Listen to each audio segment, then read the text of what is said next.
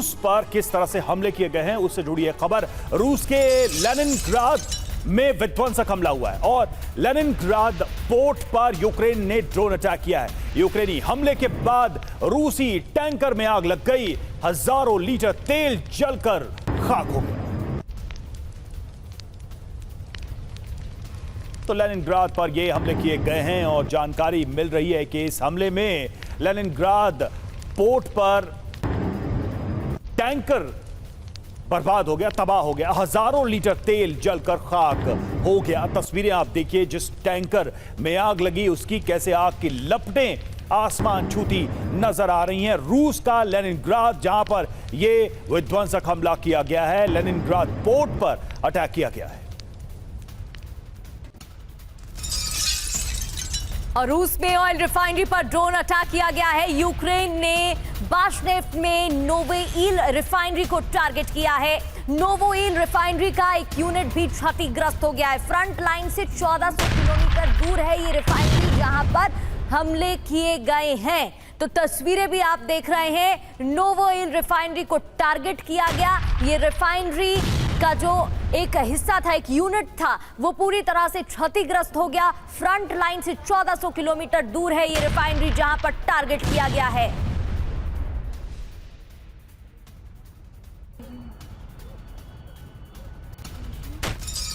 और रूस के एनर्जी सेक्टर को लगातार निशाना बना रहा है यूक्रेन। रूस के सेंट पीटर्सबर्ग में यूक्रेन का हमला, किरीशी ऑयल रिफाइनरी पर ड्रोन हमला हुआ है। यूक्रेनी ड्रोन हमले में रूसी रिफाइनरी में आग लग गई। हमले के बाद सेंट पीटर्सबर्ग में अफरा तफरी मच गई।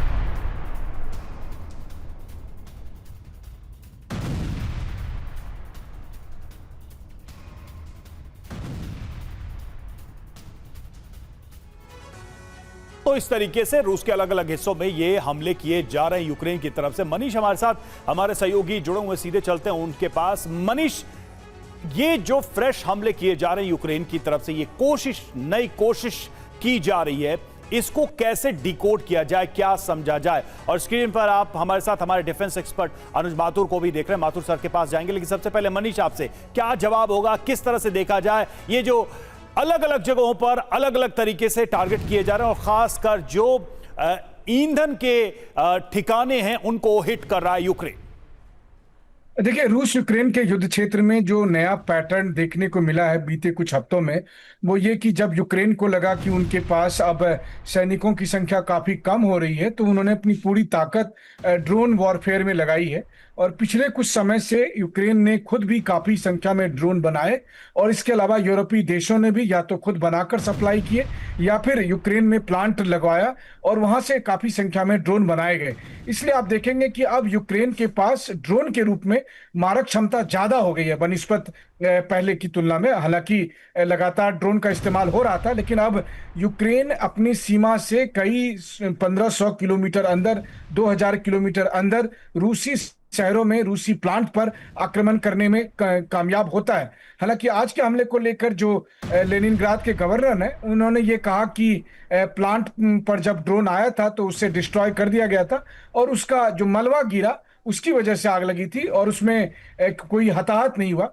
वहीं किरीसी प्लांट को लेकर भी उनका कहना था कि 3 ड्रोन आए थे और उन तीनों ड्रोन को डिस्ट्रॉय कर दिया गया। बहरहाल ये ऑफिशियल स्टेटमेंट है, लेकिन इसमें कोई दो राय नहीं कि यूक्रेन की तरफ से भी काफी हमले हो रहे हैं, काफी प्रोवोक करने की कोशिश की जा रही है। और रूस की तरफ से यह दिखता है कि वो हफ्ते में 1 दिन या 2 दिन बहुत भारी संख्या में एयर अटैक करता है और हर बार यूक्रेन के राष्ट्रपति जेलेंस्की कहते हैं कि यह अब तक का सबसे बड़ा एरियल अटैक है। बिल्कुल मनीष, और एक के बाद एक इसी तरीके से अटैक भी किए जा रहे हैं। एक बड़ी खबर का रुख कर लेते हैं, फिर माथुर सर आपके पास आएंगे। रूस के प्रिमोर्स्क पर यूक्रेन का विध्वंसक अटैक देखने को मिल रहा है, जहां प्रिमोर्स्क में ऑयल रिफाइनरी पर ड्रोन अटैक हुआ है। यूक्रेनी हमले में ऑयल लोडिंग पोर्ट तबाह कर दिया गया है। जैसे कि मनीष अभी जानकारी दे रहे थे, स्ट्रैटेजिक तरीके से हमले किए जा रहे हैं और एक के बाद एक ऑयल पोर्ट हो या फिर रिफाइनरीज, उन पर निशाना साधा जा रहा है और टारगेट किया जा रहा है।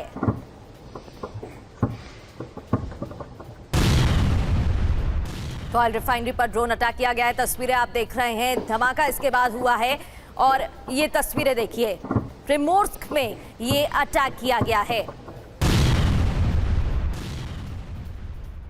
तो यहाँ मौजूद ऑयल लोडिंग पोर्ट को तबाह कर दिया गया, निशाना साधा गया और उसके बाद आप देख सकते हैं किस तरीके से धमाका हुआ।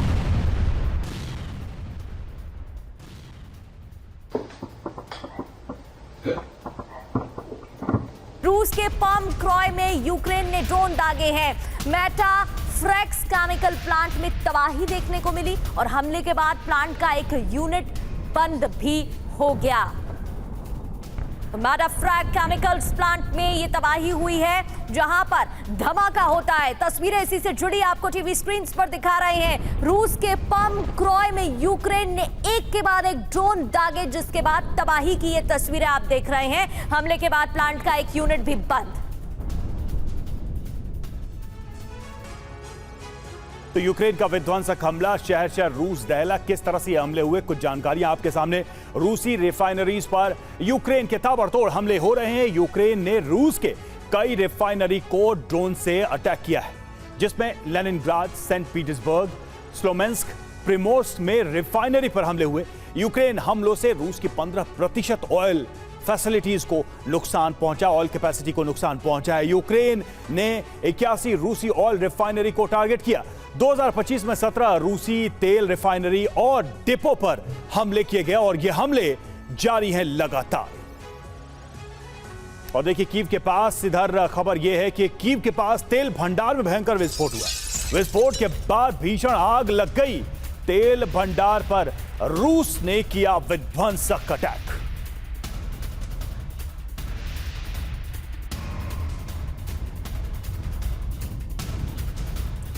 देखिए ये हमले किए गए हैं रूस की तरफ से, तो रूस की तरफ से भी लगातार कीव को निशाना बनाया जा रहा। अचानक ज़ेलेंस्की क्यों आक्रामक हो गए, ये सवाल उठ रहा है, जिसकी हम चर्चा भी कर रहे थे। रूस की रिफाइनरी पर ताबड़तोड़ हमले किए जा रहे हैं। लंबी दूरी से रूस में अलग अलग अटैक किए जा रहे हैं और रूस की कई रिफाइनरीज पर हमले में काफी नुकसान भी हुआ है। यूक्रेन की मंशा क्या है इन हमलों के जरिए? तो रूस के साथ युद्ध विराम की गुंजाइश नहीं दिखाई दे रही है। रूस को यूक्रेन पर हमले से रोकना और रूस को नेटो देशों पर हमले से रोकना भी मकसद है। नेटो देशों से ज्यादा समर्थन लेने की भी कोशिश है, क्योंकि वो वॉर जोन में रिजल्ट्स डिलीवर करके दिखा रहे हैं प्रगति। और सबसे बड़ी बात यही है कि ये कोशिश हो रही है कि इस वॉर को और ज्यादा इंटेंस किया जाए ताकि यूरोप का समर्थन मिल सके। बिल्कुल। और माथुर सर, ये भी आपसे समझना चाहेंगे, क्योंकि एक तरफ जहां नाटो वर्सेस रूस कराने के लिए आग में घी डालने का काम ज़ेलेंस्की कर रहे हैं, तो दूसरी ओर वो पीछे हटने का नाम भी नहीं ले रहे हैं। लगातार हमले हो रहे हैं और स्ट्रैटेजिकली हो रहे हैं। ऑयल रिफाइनरी पर टारगेट किया जा रहा है, तेल बर्बाद हो रहा है, इकोनॉमिकली वीक करने की कोशिश की जा रही है। लेकिन इससे यूक्रेन को कितना लाभ हो जाएगा? प्रगति, देखिए ये जो आज की युद्ध की परिस्थिति है वो ये इस हालत में पहुंच गई है कि ये इसका युद्ध का परिणाम इस पर शायद मुनसर रहेगा कि क्या पहले यूक्रेन की कॉम्बैट पोटेंशियल खत्म होती है या रूस का इकोनॉमिक पोटेंशियल इतना कम हो जाता है कि वो अपने आगे इसमें कोई कॉम्प्रोमाइज और अपने स्टैंड में लेट डाउन करने के लिए वो तैयार हो जाए। तो ये रूस की इकोनॉमी और यूक्रेन की जो मिलिट्री पावर, क्योंकि यूक्रेन की इकोनॉमी तो मेरे ख्याल से कहीं भी कुछ भी नहीं बचा है उसमें, तो ये मुझे लग रही है। और इसी वजह से प्रगति आप देखेंगे जो पैटर्न है वो ये है कि वो रूस के एनर्जी इंस्टॉलेशंस पे लगातार हमले कर रहे हैं और रूस की इकोनॉमी को कमजोर करने की कोशिश कर रहे हैं। उसके अलावा जो उनकी अपील्स है वो ये है कि रूस के ऊपर ज्यादा से ज्यादा सैंक्शंस और लगाए जाएं, रूस से बिल्कुल व्यापार बंद कर दिया जाए, ताकि इकोनॉमिकली रूस पर इतना दबाव पड़ जाए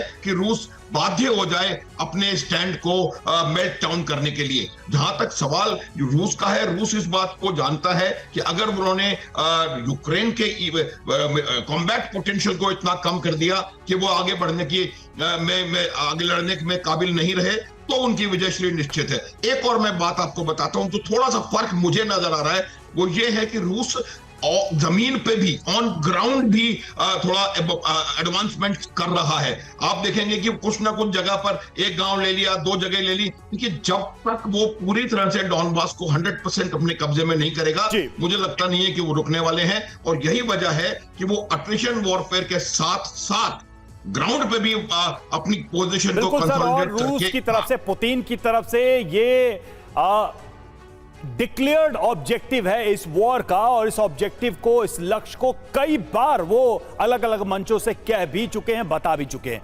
और देखिए, रूस और यूरोप में युद्ध तनाव जो है, टेंशन जो है, वो चरम पर है इस वक्त। रोमानिया के एयर स्पेस में रूसी ड्रोन ने प्रवेश किया, कई किलोमीटर तक अंदर घुस गए रूसी ड्रोन। पोलैंड के 2 F-16 ने फेटेस्टी एयर बेस से उड़ान भरी इसकी वजह से, और रोमानिया एयरफोर्स ने रूसी ड्रोन को मार गिराया। इस घटना के बाद से तनाव भी बढ़ गया।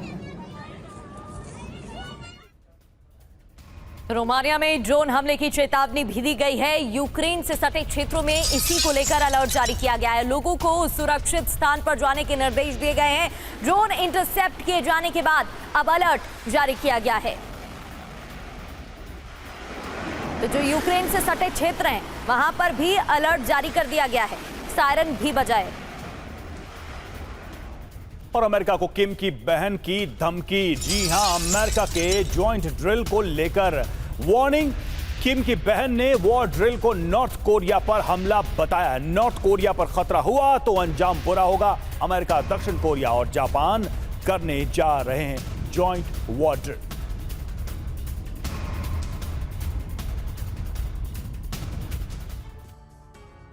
तो क्या धमकी दी गई है? अमेरिका को किम की बहन ने धमकी दी है और जॉइंट वॉर के पीछे साउथ कोरिया की मंशा गलत बताई है। उन्होंने अमेरिका की वॉर ड्रिल नॉर्थ कोरिया पर हमले की तैयारी है, ऐसा कहा है। वॉर ड्रिल से कोरिया रीजन में नकारात्मक परिणाम होंगे। और अभी यह भी कहा गया है कि 15 सितंबर से अमेरिका वॉर ड्रिल करने जा रहा है। इसी को लेकर अब दूसरी ओर भी तैयारी होगी।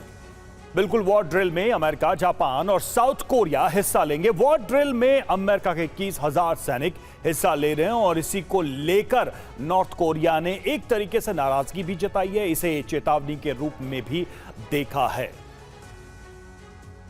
और अगली बड़ी खबर का रुख करते हैं। महायुद्ध की तैयारी में जुट गया जर्मनी। जी हां, यूरोप की सबसे बड़ी सेना बनाएगा जर्मनी। सैन्य क्षमता को दुगना करने का लक्ष्य रखा और 2029 तक सेना में 1,38,000 नई भर्ती की है योजना। तो हमारे साथ मनीष भी जुड़े हुए हैं। मनीष, जर्मनी की ये नई योजना क्या दिखा रही है? ये सिर्फ तैयारी रूस को टैकल करने की है या कुछ और भी तैयारी है? क्योंकि एक लंबे अंतराल के बाद जर्मनी ने अपनी ताकत को बढ़ाने की घोषणा की है और एक कह सकते हैं कि मिलिट्री रोड मैप तैयार किया है। देखिए, आसान शब्दों में कहा जाए तो जर्मनी को रूस से बदला लेना है। हिटलर के टाइम में जिस तरीके से सोवियत यूनियन और जर्मनी के बीच दूसरे विश्व युद्ध के दरमियान लड़ाई हुई थी और उसके बाद से जर्मनी के बहुत से भूभाग को सोवियत संघ के हवाले कर दिया गया था, तो उस समय से यह अदावत चल रही है। उसी तरह से फ्रांस का देखिए तो नेपोलियन का इतिहास बताता है कि किस तरह से फ्रांस से रूस के हाथों पराजित हुआ था। और इस तरह से यूरोप के कई देशों का आज के रूस या तब के सोवियत यूनियन के साथ की एक पुरानी अदावत है। आज ये हालत है जब माना जा रहा है कि रूस बनाम यूरोपीय देशों के बीच कभी भी जंग हो सकती है और इसके मद्देनजर यूरोपीय देश भी अपनी तैयारियों में कमी नहीं रखना चाहते और यही सबसे बड़ी चिंता की बात है। देखिए, रूस और यूक्रेन के बीच की जो लड़ाई थी उसमें कम से कम 2-3 बातें थी कि यूक्रेन के पास लिमिटेड रिसोर्सेज थे, लिमिटेड सेना थी, उसके पास फाइटर जेट नहीं थे, लेकिन यूरोपीय देशों के पास ये सब कुछ है। और ऐसे में अगर रूस और यूरोपीय देशों के बीच लड़ाई होती है तो वो महाविनाश होगा जिसकी कोई कल्पना नहीं कर सकता है। रूस ने यूक्रेन पर परमाणु हथियार नहीं चलाए, लेकिन यूरोप के साथ जब लड़ाई होगी तो रूस परमाणु हथियारों के इस्तेमाल से नहीं चूकेगा, चाहे अगर उसे हारने का खतरा लगे या फिर उसे लगे कि परमाणु हथियारों के इस्तेमाल से इस युद्ध को वो अपने पक्ष में मोड़ सकता है। तो ऐसी स्थिति में परमाणु युद्ध जो अब तक केवल कागजी दिखता था वो व्यवहारिक तौर पर और ये 1940 का दशक नहीं है, दुनिया बहुत आगे बढ़ चुकी है। माथुर सर, ये सारे अगर थ्रेड्स हम जोड़ दें तो यूरोप में क्या दिखाई दे रहा है? मतलब हर देश अपनी ताकत बढ़ा रहा है, एग्रेसिव हो रहा है। क्या आपको लग रहा है कि समीकरण, स्थितियां कुछ वैसी ही बन रही हैं जैसा 1940 के दशक में बनता हुआ दिखाई दे रहा था? बिल्कुल रवि, आप देखिए, मतलब इस बात को बड़ी बात नहीं है, लेकिन महीना भी वही था, सितंबर का टाइम था। 1 सितंबर 1939 को जर्मनी ने पोलैंड के ऊपर हमला किया था। तो जो हालात हैं वो ऐसे बनते जा रहे हैं जिससे कि महाविनाश की संभावना बन रही है। लेकिन मैं आपको फिर बताता हूं, लेकिन ये जो यूरोप है उसकी सबसे बड़ी समस्या यह है कि उनको अपना जो जी। डिफेंस आर्किटेक्चर है, वो डिफेंस आर्किटेक्चर बहुत ज्यादा तौर पे अमेरिका के ऊपर निर्भर था। अब जो यूरोप की तैयारी हो रही है, वो यूरोप की तैयारी इसी बात को देखते हुए हो रही है बिल्कुल सर, कि उनको बिल्कुल सर। और अपना यूरोप के देशों ने इस जंग में शायद सबसे बड़ी चीज यही रियलाइज की है, यही उनका टेक अवे है, लर्निंग है कि उन्हें इंडिपेंडेंट होना है अपनी सुरक्षा के लिए, जो ट्रंप कहते रहे। आपको बताएं, पिछले 11 वर्षों में भारत ने खेल की दुनिया में नए और बड़े मुकाम हासिल किए। पीएम मोदी के नेतृत्व में देश में खेल के क्षेत्र में एक बड़ा बदलाव आया है। यह बदलाव एक व्यापक रणनीति और योजना का नतीजा है। पीएम मोदी की पहल पर ही भारतीय खेलों का कायाकल्प करने की कवायद शुरू हुई। देखिए एक छोटी सी रिपोर्ट।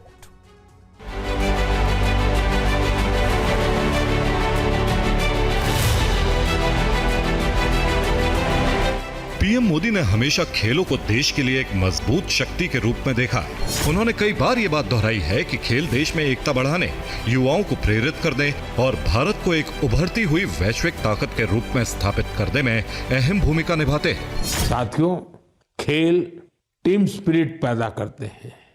ये फिटनेस, आत्मविश्वास और एक मजबूत भारत के निर्माण का रास्ता है। इसलिए खूब खेलिए, खूब खेलिए। पीएम मोदी की ये सोच केंद्र सरकार के कार्यों में भी दिखाई देती है। खेलो इंडिया अभियान और टारगेट ओलंपिक पोडियम स्कीम जैसी पहल ने देश में खेलों की पूरी व्यवस्था को नया रूप और नया तेवर दिया है। देश भर के युवा खिलाड़ियों को आधुनिक सुविधाएं उपलब्ध कराने की दिशा में कई बड़े कदम उठाए गए हैं। केंद्र सरकार ने कुल 323 नए खेल इंफ्रास्ट्रक्चर परियोजनाओं को मंजूरी दी। इन पर 3074 करोड़ का निवेश किया जा रहा है। स्थानीय स्तर पर ट्रेनिंग और कोचिंग की सुविधाएं देने के लिए देश भर में 1041 खेलो इंडिया केंद्र स्थापित किए गए हैं। इसके साथ ही 32 खेलो इंडिया सेंटर ऑफ एक्सीलेंस यानी COE और 301 स्पोर्ट्स एकेडमी को भी मान्यता दी गई है। सरकार के इन प्रयासों से भारत में खेलों का इकोसिस्टम मजबूत हुआ है और युवा खिलाड़ियों को प्रोत्साहन भी मिला है। मोदी सरकार ने खेलों की दुनिया में लंबे समय तक सफलताएं हासिल करने के लिए स्पोर्ट्स इंफ्रास्ट्रक्चर में निवेश को भी प्राथमिकता दी है। युवा मामले और खेल मंत्रालय के बजट में पहले से कई गुना बढ़ोतरी की गई है। इसकी वजह से देश भर में खेलों को लेकर ठोस परिणाम भी देखने को मिल रहे हैं। खेल के क्षेत्र में ये विकास देश के लिए आगे भी बहुत सी उम्मीदें और कामयाबी लाने वाला है। Bureau report, TV9 Bharatvarsh.